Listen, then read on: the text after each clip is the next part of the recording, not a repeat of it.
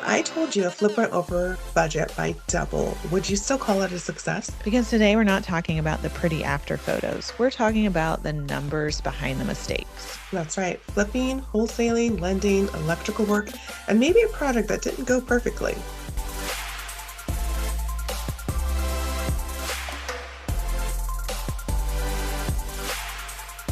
Welcome back to Hoosier Homes and Hustles. I'm Jessica, aka Miss Indianapolis Real Estate, here with Stacy Preston. And today we're diving into the flipping world by going over real numbers and real lessons. And we're joined by John Hostetter with Corridor Funding, who's been in this game from multiple angles. He's been an electrician, flipper, wholesaler, lender, and commercial investor. Welcome, John. Thanks guys. Thanks for having me. Super Absolutely. excited. We're excited to get into all of this today. So let's go back to its origin. How did you get started? Yeah, so it kind of all started when I was a kid. So my dad actually was an entrepreneur, and he had a home service-based business where he started out with painting and then did exterior painting, interior painting, all sorts of things like that, windows, siding, gutters, roofing. And I was like just kind of in high school, not really paying attention.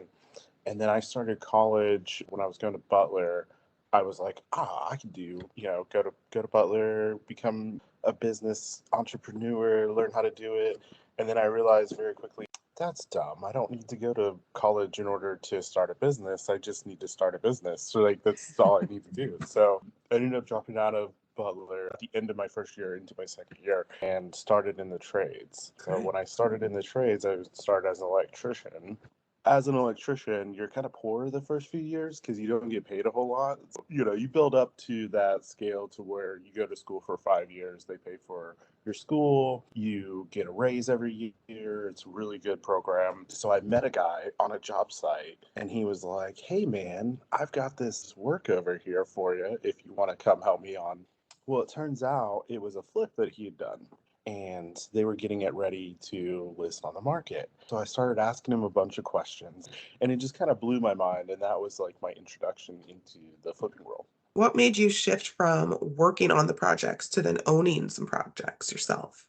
I had worked for a few people at this point, and then I met a couple more people that were doing it. At that point, I realized if they're smart enough to do this, I know I'm smart enough to be able to put the numbers together, find the funds, be able to do all of this in order to start my own flips. So when did you decide that this is kind of more than just a side hustle and you kind of wanted to dive more into this? About, I don't know, a year and a half, maybe 2 years ago, I joined a community called Faster Freedom out of St. Louis. They literally helped change my life to where I was like, this is possible. So, John, this probably is every single deal, but tell us about a deal that didn't go as planned.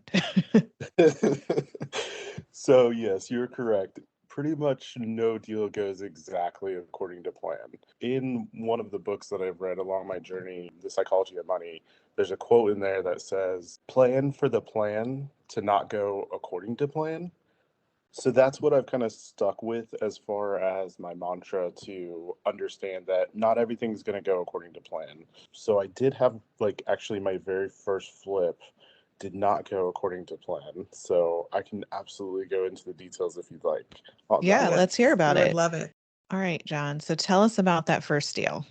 So the first deal that I ever got, I bought from a wholesaler locally. We won't go into that. That was a very difficult process to transition me into the pathway that I'm doing now. So I ended up putting an offer in around 210. They came back at 215, and then we ended up kind of going back and forth for a few days, and we ended up purchasing it for 212.5. $212,500 first purchase with a hard money lender. So this was kind of my first experience with the hard money side. So originally my scope of work was $31,500 in rehab.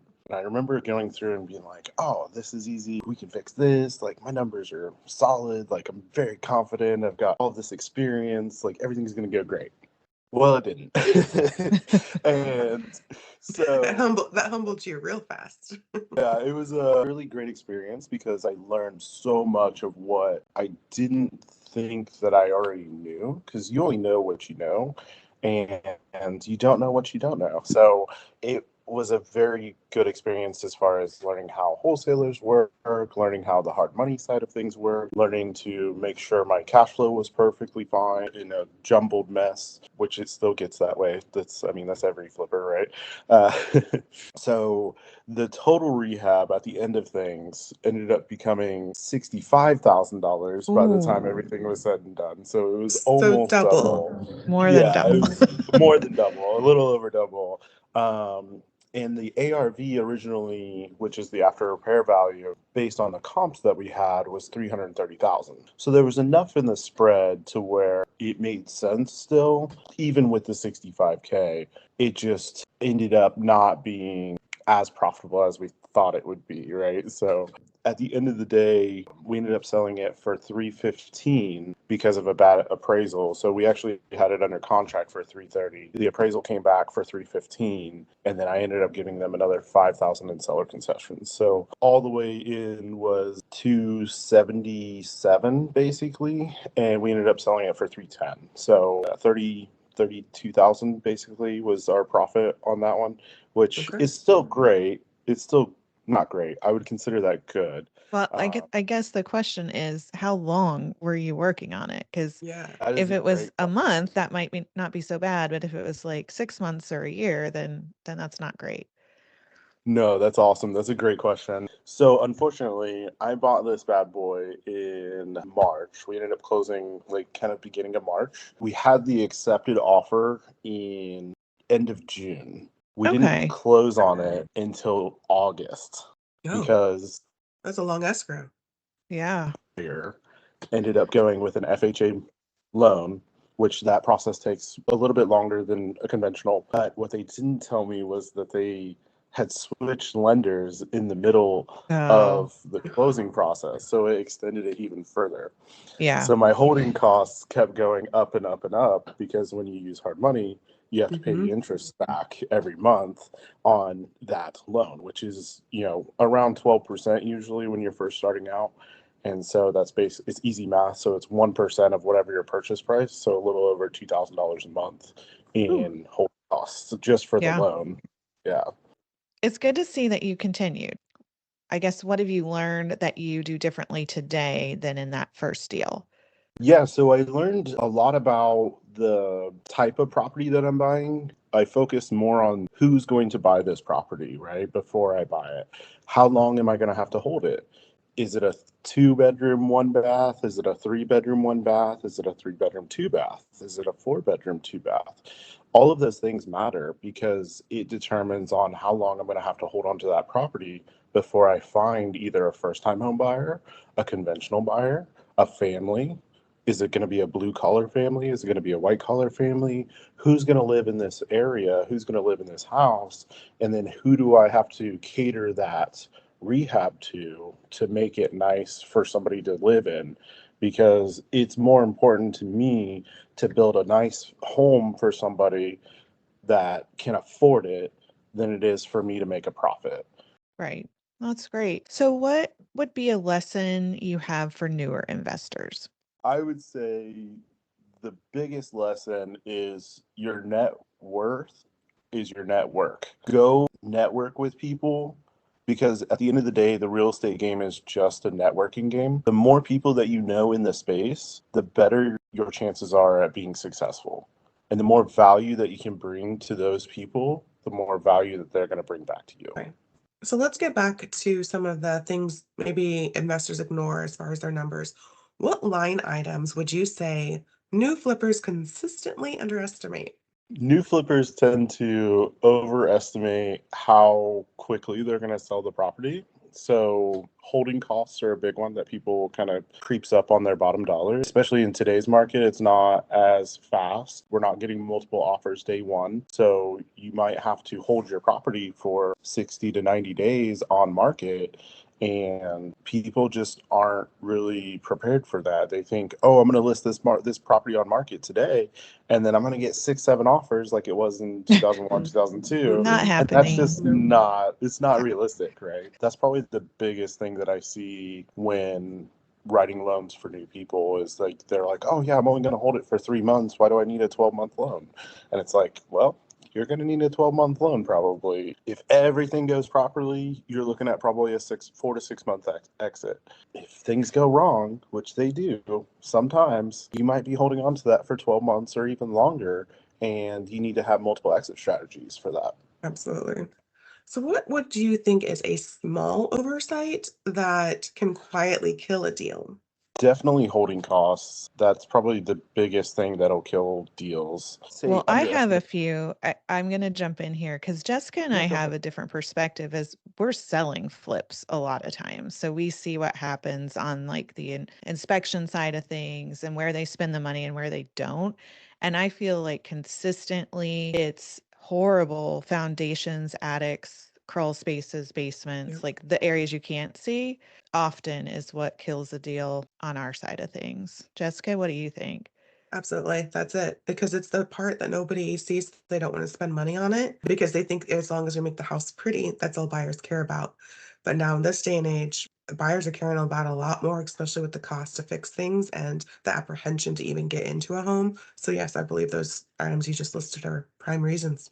And they're expensive. Yes. So if you're not estimating them and they come up on an inspection report, I could say it probably is killing the deal for the flipper as far as their return. Yeah, absolutely. And that's kind of actually one of the things that I learned on the first flip that I did was I didn't get a pre-inspection and a post-inspection. So now on all of my deals, I have a specific company. He's a local guy that's a longtime friend of mine called Indy.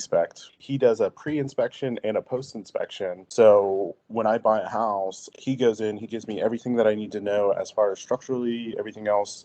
We pretty much rip out all the cosmetic stuff, so it's not as important. So I can kind of cater that report to the things that I don't see, like the attics, like the foundation, like all of the other things that I'm not jumping into, crawl spaces and stuff like that. And then I know right out the gate that, hey, this is going to be a problem when we go to list this and we need to fix it. Now we can go to the buyer's agent and go, here's all the things that was wrong with it before.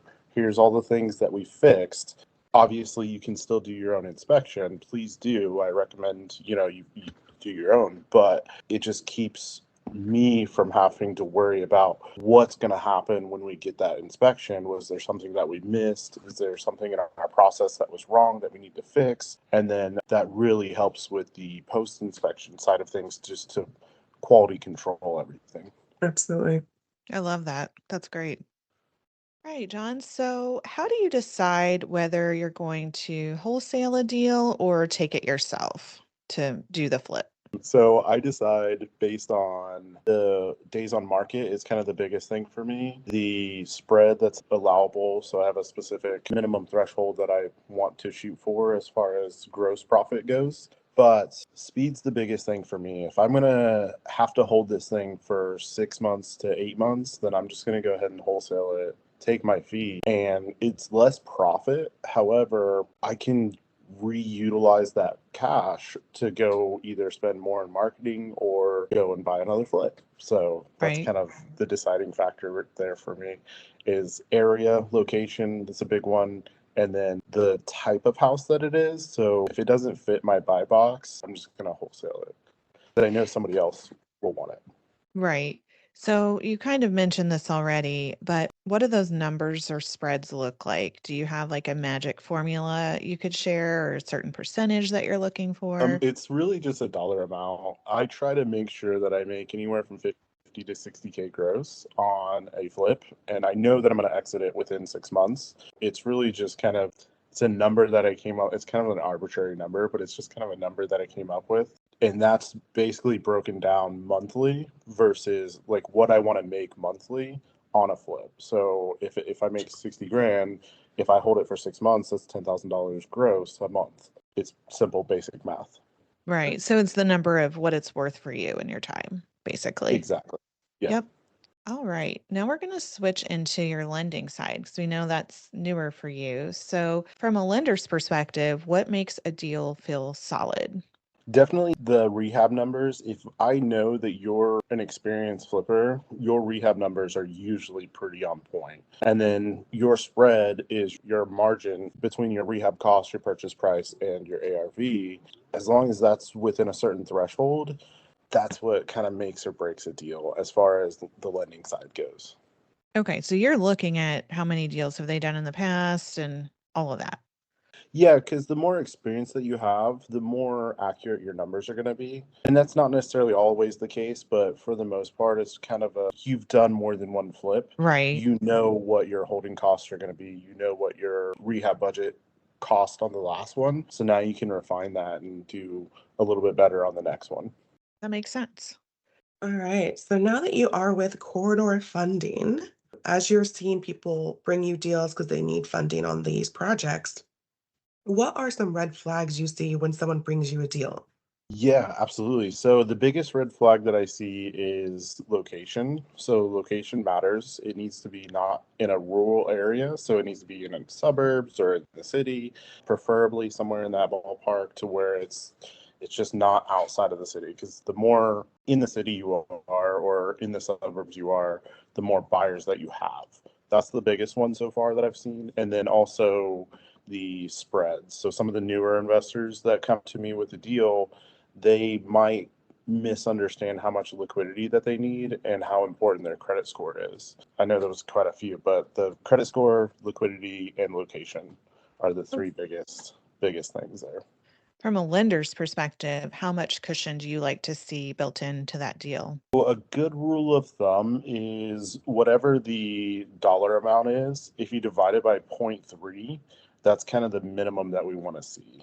And Okay. that's just kind of like an easy math formula to see how much your holding costs need to be. So we are in the Indianapolis market. In Indy right now, where do you see flips working and where are people maybe trying to force deals? Yeah, a lot of people are trying to force numbers, and I don't know if I'm going to get in trouble for saying this, but certain wholesalers that are out there really are pressing the margins. So it's harder for flips to make sense mathematically. You go to a lot of the group meetups and you hear kind of people's numbers. And the nice part about it is that I'm experienced enough to where I go, wait a minute, those numbers don't make sense. You didn't, there's no way. Like, there's no way. It just doesn't make sense. And so, where they're on the flip side is outside of 465, really. So, outside of 465 in the suburbs like Avon, Plainfield, Zionsville, Carmel, all of those areas, those are all working very, very well. Inside of 465, you have kind of pocketed areas where it's working for flips. So, you have like your Bates Hendricks areas, you have your Meridian Hills areas. If you're a little bit higher end flip, those, because those are kind of in like the $1 million range as opposed to Right. like 350, 400,000. Bates Hendricks, you have a lot of people going there, but everything else I feel like is more of like a buy and hold play kind of in those areas. Like you have a lot of speedway area that would work for a flip, but it's more of a rental market than it is in my opinion. All right, John, we're in our rapid fire segment and we're asking, would you do it again? We're going to give you some scenarios and you can tell us yes or no, no way, absolutely. So, first one, 100-year-old home that has original knob and tube wiring. No, You are rip an it all out. electrician, so This is going to sound terrible, but no, rip it all out and start over. okay. A foundation crack on an inspection. Not a big deal. My GC can pretty much handle anything. Okay. A flip without 15% contingency. I usually do anywhere from 10 to 15, so I wouldn't do less than 10. Partnering with a first-time investor. As long as they're bringing something to the table and it makes sense, sure. If they're not bringing something to the table, absolutely not. Okay. So something to the table is in money, some kind of trade experience, something like that. Yes, for partnerships, it has to be something that you lack that they bring. So whether that is money, whether that is experience, whether that's, credit score in certain situations. Buying based only on appreciation. I think that's terrible if you're a first time buyer. I wouldn't do it Yeah, I agree personally. with that. And skipping a sewer scope. I don't recommend it. However, I've done it and gotten away with it. As long as you know the year of the build, it's probably not that big of a deal. I would say anything older than maybe 70s build, I would go ahead and do a sewer scope. All right. So let's see what we've taken away today. So if someone's listening or even on this episode and wants to do their first flip this year, What's one of the mistakes you want them to avoid? I would say make sure that you're educated. So don't just go into it thinking that, oh, this is super easy and everything will be taken care of on my GC. My GC is going to take care of me, blah, blah, blah, blah, blah. Like, make sure that you understand the process before you just dive headfirst in. Here's another question that I think is a really good one. What separates the investors who last long term to the ones that kind of disappear after their first one or two deals? I would say mindset's the biggest thing. So if you go into this with the wrong mindset, you're not going to last. If you go into it thinking that this is all sunshines and rainbows and just amazing, everything's awesome, then you're probably going to be in for a world of hurt, and if you have the will and the willpower to make sure that your mindset's strong to go into this and have the fortitude to see it through. Yeah, I think the TV shows make it look like really quick, easy money, Oh, and I don't think that's the case on Not a at all. flip. it's not. Yeah, Don't follow HGTV. right, It's right. not. Well, thank you, John, for joining us today. I think this was really insightful. So thank you. Absolutely. Glad to be here. And if today proved anything, it's flipping isn't luck, it's margin management. And margin lives in the details, as we just heard. Right. It's not the pretty houses don't always make money, the disciplined investors do. Right. So, John, where can people connect with you or learn more about corridor funding? Yeah, absolutely. So I actually host a networking event every quarter. You can always give me a call. My direct cell is 317-373-9018. You can find me on Facebook. Yeah, that's pretty much it. So, Yeah, we'll link all of his contact information in the show notes. So if you want to connect with him or attend one of his meetups, that information will be there Let's hustle smarter. together.